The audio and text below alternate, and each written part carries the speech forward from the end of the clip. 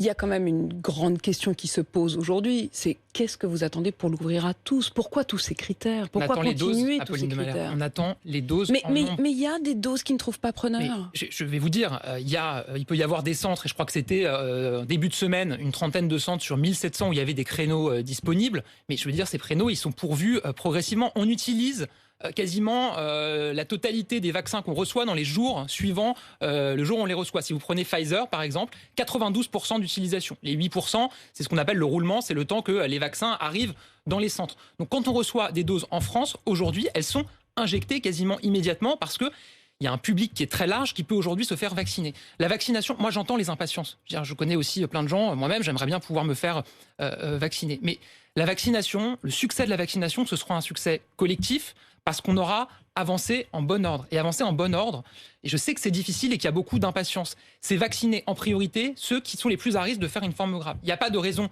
que moi ou vous, on soit protégé, vacciné avant quelqu'un qui est plus à risque, c'est-à-dire quelqu'un d'âgé, quelqu'un qui a du diabète, qui a un surpoids. Sur ces questions de critères, vous avez encore élargi les critères. Mais je vais vous dire, vous savez ce que j'ai fait moi ce matin? J'ai imprimé tous les critères. Alors il y a d'abord une page sur les critères d'âge. Ensuite, il y a la liste des professions qui sont prioritaires. Mais alors, en fait, il faut rentrer dans tous les détails. Alors, il y a les agents d'entretien, les agents de nettoyage. Dans les agents d'entretien, c'est pas tous.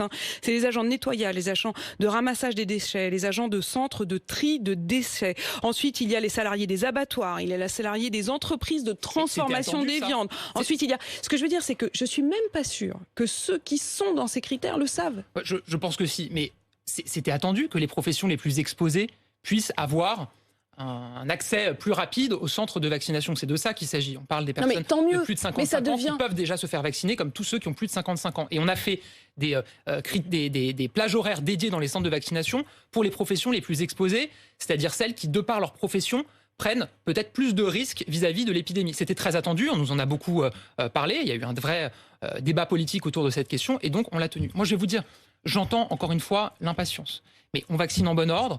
Il y a les étapes qui ont été annoncées. On veut avoir vacciné 20 millions de personnes à la mi-mai. Et à ce moment-là, ce qui est prévu, c'est l'ouverture aux plus de 50 ans, quelle que soit leur pathologie. Et puis ensuite, à la mi-juin, ouverture à tous les Français, au grand public. Sauf que calendrier qui a été annoncé. Ça, c'est pour la théorie. Ça, c'est pour les annonces. Mais on a un peu l'impression qu'en réalité, vous fermez les yeux sur ce qui se passe sur le terrain. Quand vous écoutez les médecins, ils vous le disent tous. D'abord, il y a en fin de journée des doses qui restent, et donc dans ces cas-là, ils les donnent un peu selon la tête du client, je dirais. C'est-à-dire que selon l'heure à laquelle il est, selon le nombre de doses qu'il reste, selon simplement leur humeur du jour, ils vont accepter ou non que certaines personnes qui ne sont pas dans les critères soient vaccinées. En fait, vous les laissez chacun gérer. Mais d'ailleurs, heureusement qu'il n'y a pas de doses qui sont jetées en fin de journée parce qu'il en reste.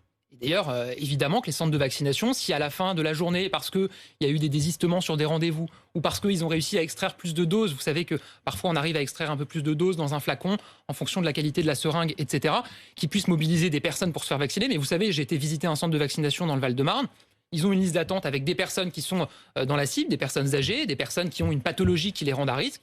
Et oui, en fin de journée, ils passent des coups de fil en disant « il nous reste une dose ». Il y a aussi des sites internet qui se sont mis en place, Vite ma dose, Covid List, qui permettent d'accéder à des créneaux de vaccination. Qui ont pallié à ce que vous ne faisiez pas. Mais qui ont complété. Moi, je trouve ça super. Je vais vous dire qu'il y ait des jeunes, et en l'occurrence, c'est des jeunes qui se lancent, qui créent des dispositifs qui permettent d'améliorer la campagne de vaccination. Mais tant mieux. Moi, je ne fais pas partie de ceux qui attendent toujours tout de l'État. Et je pense que, justement, il y a une émulation qui peut se faire.